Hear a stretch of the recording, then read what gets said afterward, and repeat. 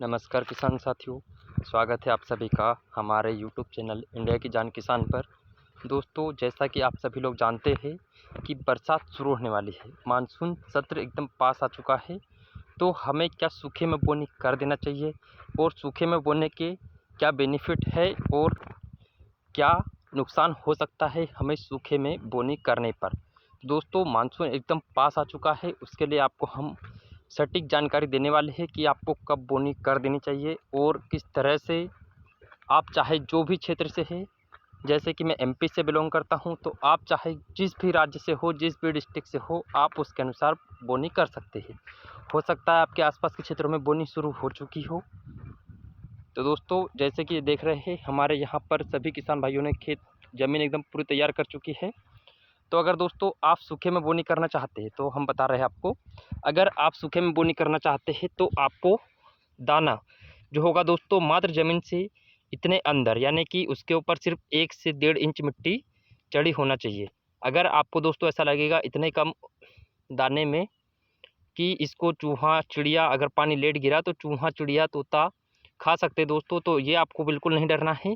मात्र दोस्तों उस पर दाना इतनी मिट्टी ही चढ़ना चाहिए, क्योंकि दोस्तों कई बार ऐसा होता है कि नुकसान क्या होता है, कई बार ऐसा हो जाता है कि हमारा जैसे कि दाना दाना दोस्तों अगर काफ़ी गहराई में अगर चला गया, अगर मान लो हमारा 2 इंच गहराई में चला गया, तो क्या होता है दोस्तों कि जब थोड़ी हल्की बारिश होती है कि ज़मीन में पर्याप्त नमी नहीं बन पाती है, जिसके कारण से दोस्तों ज़मीन में उमस होने के कारण, अधिक गर्माहट पैदा होने के कारण दोस्तों दाना वहीं पर सड़कर फूल कर वापस हो सकता है कि एक ही बार बारिश हो, हल्का फुल्का आए, झल्ला भरा आए, 1-2 झल्ले बारिश हो दोस्तों, तो उस समय दोस्तों क्या होता है आपको कि जो आपकी दाना होता है वो दोस्तों फूल कर सूख जाता है। और दोस्तों हो सकता है आज गिरा, कल ना गिरा, उसके बाद फिर 1 दिन बाद गिरा दोस्तों, सूखता है, फूलता है, सूखता है, फिर फूलता है। तो दोस्तों 2 से 3 बार फूलने की प्रक्रिया में दोस्तों दाना सड़ जाता है और फिर दोस्तों उसके उगने की क्षमता खत्म हो जाती है। दोस्तों ये होता है नुकसान। अब दोस्तों हम फ़ायदे की बात करते हैं कि अधिकतर किसान सूखे में बोनी करते हैं। दोस्तों सूखे में बोनी करने से क्या बेनिफिट होता है कि हमने दोस्तों पहले नुकसान बताया है, लेकिन दोस्तों बेनिफिट क्या होता है अब हम बताने वाले हैं कि आपको सूखे में बोने से बेनिफिट क्या मिलता है।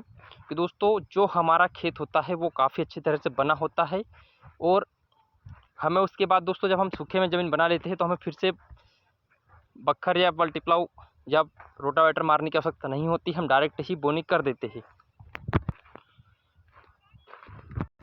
जैसे ही बारिश शुरू होती है दोस्तों, तो लगभग ऐसा तो नहीं है कि एक ही दिन में हम जैसे आज पानी गिरा और कल बोनी चालू कर देंगे। लगभग दोस्तों मानसून आता है तो कम से कम 2 से 3 दिन तो बारिश कंटिन्यू होती ही है, या हो सकता है कहीं पर एक दिन कंटिन्यू अच्छा गिर जाए, उसके बाद कल से बोनी चालू हो जाती है। लेकिन दोस्तों मिनिमम 2 से 3 दिन बारिश होती है, उसके बाद हम बोनी शुरू करते हैं।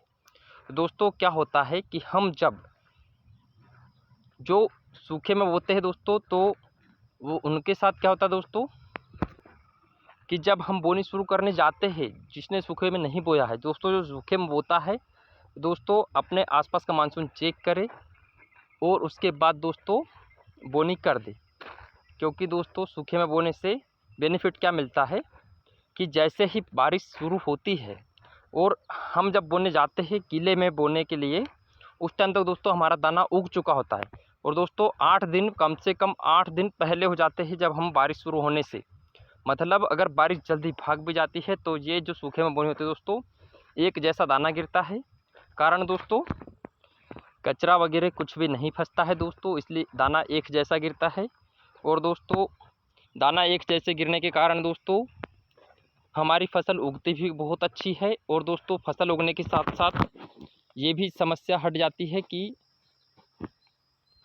जो हमारी फसल है वो काफ़ी अच्छी ग्रोथ भी करती है, क्योंकि उससे जैसे ही हम बोते हैं उगता है, उसके बाद फिर दोस्तों जल्दी जल्दी पानी मिलने लग जाता है, क्योंकि मानसून आ चुका होता है दोस्तों। जब हम बत्तर में वाले, अगर दोस्तों आप पहले नहीं बोते हैं, आप पानी गिरने के बाद बोते हैं, तो उसको दोस्तों कोई नुकसान नहीं होता है। उसको दोस्तों आपको जैसे ही पानी होता है, तो दोस्तों बरसात की फसल है, आप सभी लोग जानते हैं, हमें उसको भी दोस्तों ज़्यादा नहीं, सिर्फ इतना दोस्तों 1 से 1.5 इंच 2 इंच आपको गहराई में बोना है। उससे ज़्यादा दोस्तों आपको गहराई में बिल्कुल नहीं बोना है। ठीक है दोस्तों, उम्मीद करता हूँ कि वीडियो अच्छी लगी होंगी। धन्यवाद।